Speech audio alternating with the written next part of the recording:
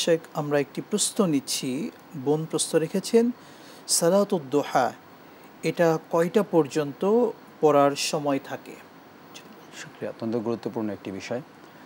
সালাতুদ দোহা আমরা যেটাকে বলি, এখানে আরও দুইটি নামাজের ব্যাপার আছে। একটা হলো ইশরাক এবং চাস্ত, অর্থাৎ জোহরের আগে যে সালাতগুলো আমরা পড়ি। জোহরের আগে যে সালাতগুলো, তিনটা সালাতই বলা আছে, তবে আমরা সালাতুদ দোহা বলতে এই দুটোকেই ইঙ্গিত করি।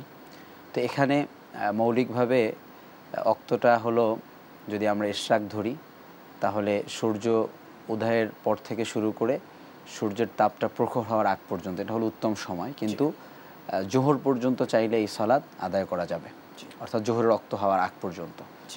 তো এর মধ্যে যে কোনো সময় চাইলে পড়তে পারবে, তবে উত্তম হবে যে সূর্য ওঠার পর থেকে ধরে তাপ প্রখর হওয়া পর্যন্ত আছে। এরপরে হলো চাস্তের সালাত, কিন্তু আমরা আদায় করতে পারি জোহরের আগ পর্যন্ত, সেই সময়টা আমাদের থেকে যায়।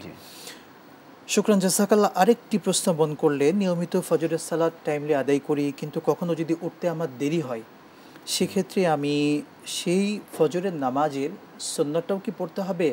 আর ফরজ নামাজের ক্ষেত্রে নিয়াতটা কেমন হবে? কাজার নিয়াত করবে কিনা? যে এখানে মৌলিকভাবে বান্দা চেষ্টা করবে অক্তের সাথে সাথে পড়ার। কোনো কারণে যদি সে ঘুমের কারণে হোক বা অন্য কোনো কারণে অক্তমতো পড়তে পারেনি, বিশেষ করে ফজরের ক্ষেত্রে হলে ঘুমের কারণেই হয়। তো এখানে ওলামায়ে কেরামের মত হলো যে ঘুম থেকে ওঠার সাথে সাথে ওযু করে সে সালাতটা আদায় করে নেবে, সাথে কথা না বলেই। হ্যাঁ, তো এটা হলো ফরজটা আদায় করে নেবে।